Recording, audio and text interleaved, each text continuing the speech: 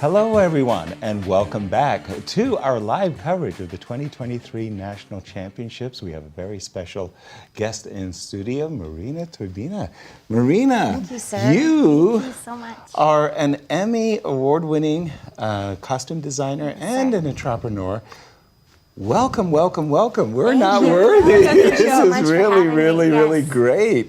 And Kate, I mean, you're a big fan because of her association, Marina's with Taylor Swift. Yes, you work with Taylor Swift, Nicki Minaj, Juliette Lewis. That's amazing. How did you come to work with these artists? It's been a very long journey. I started out heavily getting involved with the industry right after I graduated college. I went to the Fashion Institute of Designing Merchandising in LA and dove straight into fashion my last quarter at the school.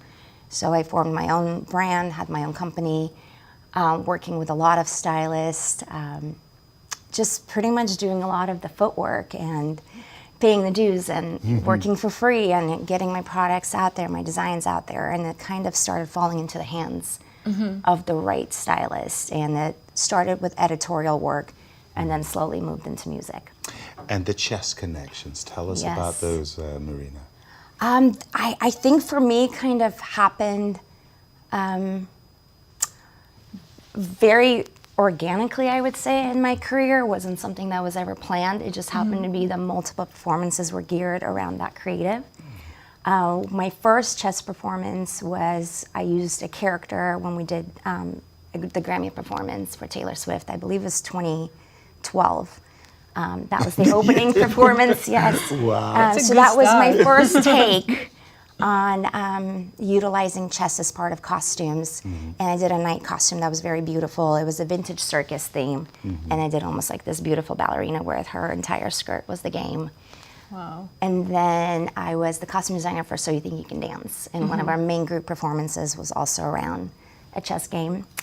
And then Katy Perry's halftime Yeah, moving on to that, show. everybody knows about the yes. halftime Super Bowl show. Yes. Just incredible design, incredible kind of seeing the chess. Look at that. We're seeing it here. Taking me back to my, to my 2015. past. It feels like yesterday, right? 2015. Right. The time goes by so fast. 8 years. And are you always going around the world then and going to all of these different shows and bringing your costumes?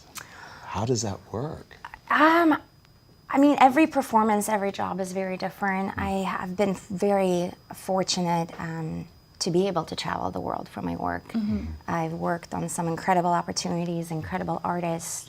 Of course, most of the time we see airports and the venues. Right. We relate to that as chess players. It's just it's the hotel. Right. So I know where all the venues are and I know Right. where all the airports are.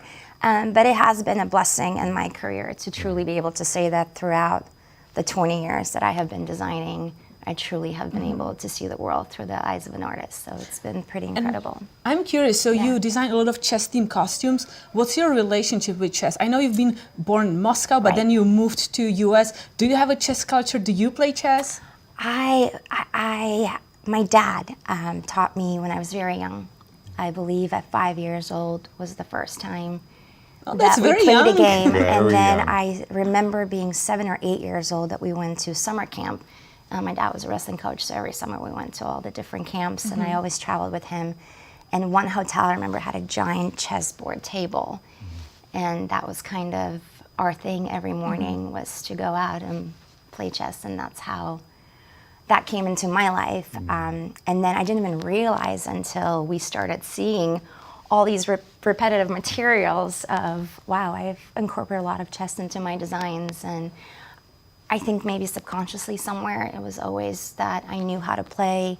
I knew what the game has taught me. I think it wasn't just a game for me because I always played it for fun, you know, so it wasn't ever a professional take on it. But the fact that... So you had a love for chess since the beginning. Yes, and I think it helped me a lot. I can understand why, you know, the Russian culture is very much about chess games, and I think having it at such a young age of experience in my life, it taught me how to navigate through my life.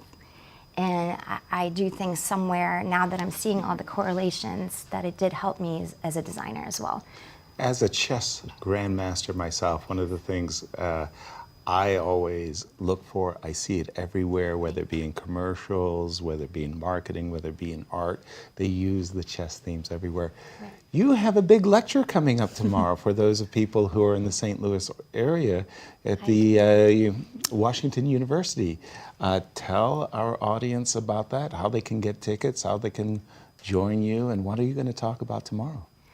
Well, I'm very excited for the opportunity to be able to share my journey and also integrate what chess means to me in my work and how it's been seen throughout the years. Mm-hmm. And I think tomorrow is just going to be an open, raw conversation about all the experiences that I've had. I like that rock conversation. Yeah, let's rock.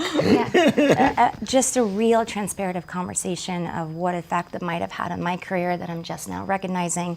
At the same time, walk the students through my journey and see what's possible, like what was the real life experiences like, and share that with everybody and hopefully inspire.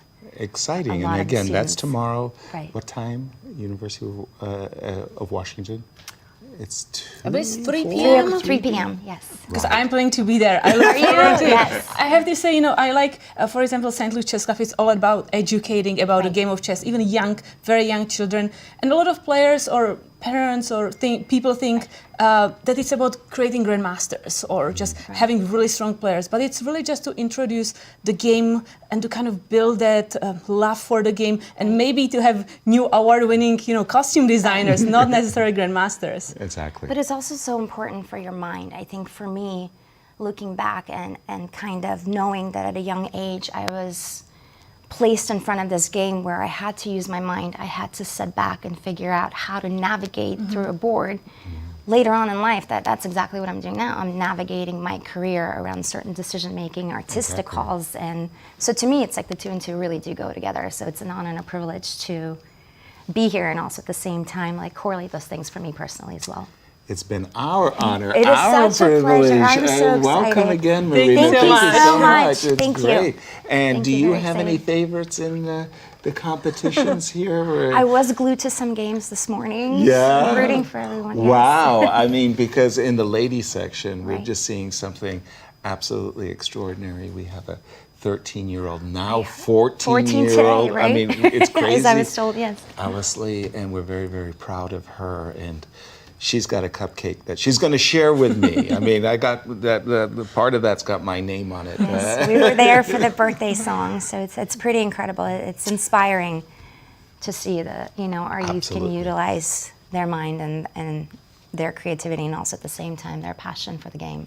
Absolutely. Thank you so much for everything Thank you very do much and for for having me. bringing kind of chess into the mainstream media and to beautiful costumes. Absolutely. Oh, I'm excited. Who Absolutely. knew, right? Thank you Thank so you very much much for having me. Absolutely. Thank you. As we take a look at our lady standings,